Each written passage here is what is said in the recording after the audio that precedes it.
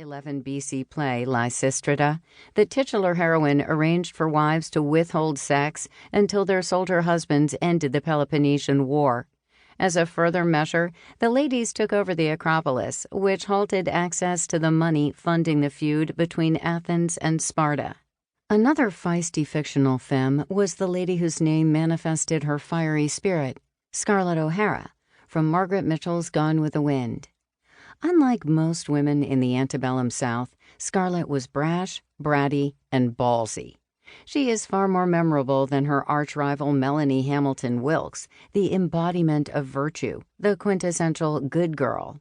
Another woman who gave no fucks was Lisbeth Salander, the tattooed, chain-smoking anti-heroine who favored courtier goth. Non-shrinking violets go through life with unpraised middle finger, with an ever-ready retort. Much to the chagrin of those who looked askance at gender equality, there were always women who did not abide by the premise that, when playing a game, everyone accepts the same rules. And for their daring to listen to a different drummer, for their audacity of treading the road less traveled, condemnation was swift. Society put them in pillories of social ostracism, marking them with figurative scarlet letters. Liberal ladies often use ink as a means to fight against a hostile status quo that does its utmost to keep different femmes in line. Dorothy Parker, the Jewish girl from Jersey, had no tolerance for the constraints of a Victorian mindset. As a prolific drinker in the era of Prohibition, she smoked and slept with whomever caught her fancy. In the 1920s, a decade when the Ku Klux Klan had its largest membership, she wrote the short story, Arrangement in Black and White, to skewer racism. Her take me or leave me philosophy, which expression summed up her romantic history, can be explained in Parker's words, "But I shall stay the way I am, because I do not give a damn."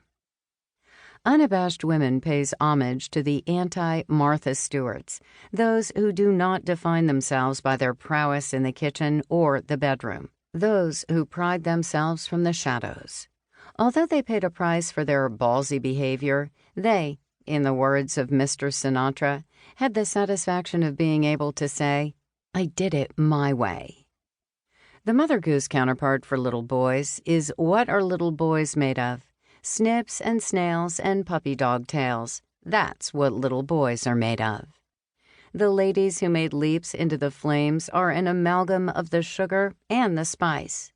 The most memorable of the Shakespearean heroes were great men with fatal flaws that made them relatable, human.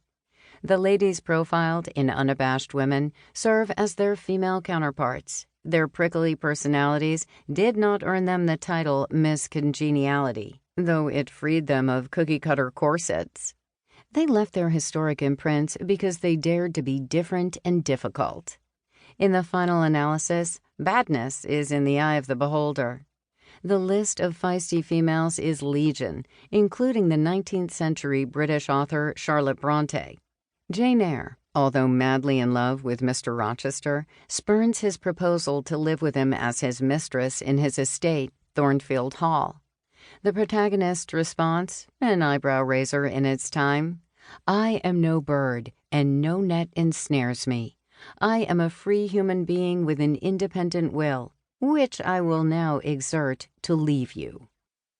Similar to Ms. Eyre, the Unabashed Women were no birds. Although the ladies who populate this book come from different eras and far-flung locales, a common thread binds them: the refusal to let their light be dimmed by another. Martha Gellhorn, the journalist wife of Ernest Hemingway, wrote, "Why should I be a footnote to someone else's life?" Françoise Gillot, the painter and common-law wife of Pablo Picasso, declared, "I'm not here just because I've spent time with Picasso." In fairy tales, bliss arrives in the guise of a prince. In literature, Heathcliff's passion extends beyond the grave. In film, Ricky Blaine's devotion to Ilsa is the litmus test of adoration. However, songwriters Michael Masser and Linda Creed argue that the greatest commitment has to be to oneself, a philosophy shared by those who forge their own path.